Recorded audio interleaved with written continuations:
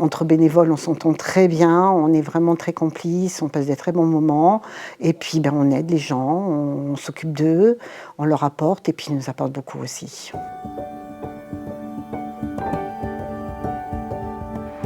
Bonjour chers grands-parents, rappelez-vous, il y a quelques semaines, j'étais venue à votre rencontre pour échanger autour du sujet du bénévolat. Aujourd'hui, je vais vous montrer concrètement en quoi ça consiste d'être bénévole pour la Société Saint-Vincent-de-Paul, direction le centre d'accueil Saint-Nicolas à Bordeaux. C'est parti ? Parmi tous les centres d'accueil de jour de l'association présents sur le territoire, celui de Bordeaux est le plus grand.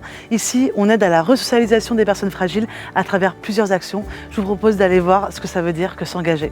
Bonjour Guylaine. Bonjour Laure. Enchantée. Oui, ça va et vous ? Ça va très bien. Écoutez, on va visiter un petit peu le centre. Carrément. Là, vous avez le Café Sourire. C'est un lieu de vie aussi. Ah oui, ici, les gens viennent, ils se retrouvent entre amis. Je dirais que c'est une petite ville où on est tous ensemble et on est presque une famille en fin de compte. Donc là, c'est la bagagerie. Là, c'est la bagagerie. Comment ça fonctionne, la bagagerie ? Alors, c'est des places. Vous avez des étagères avec des places. Ah oui, il y a combien de places dans cette bagagerie ? 76. Et donc, c'est 2 € par mois. Et vous, en tant que bénévole, en quoi ça consiste votre mission sur la bagagerie ? Moi, c'est moi qui je suis la responsable. Donc, c'est moi qui remets à jour toutes les semaines ce qui s'est passé pendant la semaine. Ceux qui ont payé, ceux qui sont partis, les nouveaux qui sont arrivés. On ne se rend pas compte à quel point c'est important d'avoir un espace pour poser ses affaires, rien que ça. Ses affaires et puis les papiers. Dis donc, il y a tout ici, c'est incroyable. Là, vous avez une salle de formation pour les cours de français, de coiffeur. Ici, on propose une prise en charge complète. Ça va de la laverie aux douches, à la bagagerie. Il y a un restaurant solidaire qui s'appelle le Pain de l'Amitié. Ça sert aussi d'adresse administrative pour les personnes qui sont sans abri. Mais il y a aussi un vestiaire, le Vessie Sourire, un vestiaire solidaire. Et d'ailleurs, on va aller faire un petit tour. Bonjour. Bonjour. Bonjour. Martine, c'est ça ? Voilà, c'est ça. Donc ici, on est au vestiaire solidaire de l'accueil de jour de Saint-Nicolas. Ouais. Et donc vous êtes bénévole ? Oui, c'est ça ?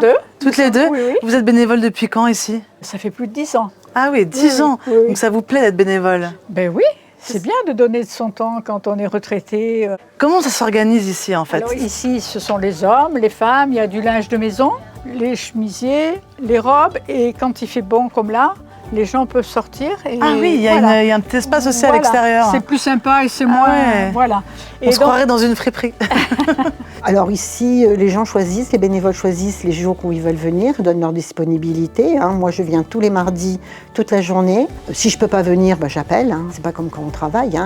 On peut avoir des empêchements, ne pas venir, partir en vacances. Alors derrière cette porte, il y a l'association L'Ordre de Malte qui assure toute la partie santé du centre Saint-Nicolas grâce à son alliance avec la Société Saint-Vincent-de-Paul.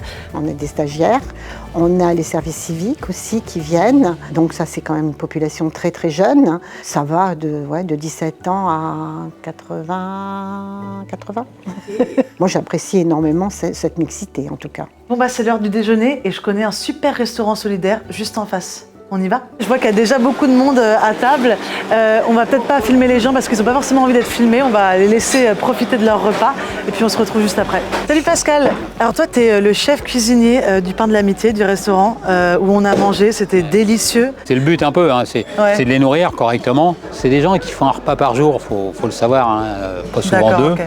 Donc c'est vraiment un repas important pour eux quand ils viennent ici. On essaye de leur faire un repas complet et varié.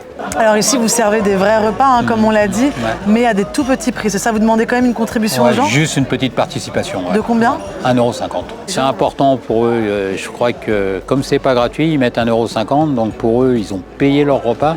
Ils ne sont pas venus manger gratuitement. Ouais. Ils contribuent, ils payent leur repas et ça leur laisse une certaine dignité.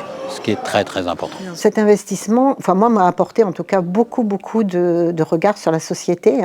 On se sent humain, ça donne du sens à ma vie et à ma retraite un peu, mais plus à ma vie. Je trouve que ma vie a pris vraiment un côté positif. Honnêtement, je ne pensais pas que le bénévolat pouvait prendre autant de formes différentes. Mais ce qui est certain, c'est que quand on est grands-parents, être bénévole, c'est sûrement une des plus belles façons de donner du sens au quotidien et de transmettre des belles valeurs à ses petits-enfants. Si vous aussi, vous voulez accompagner les plus fragiles, rendez-vous sur le site de la Société Saint-Vincent-de-Paul. À bientôt.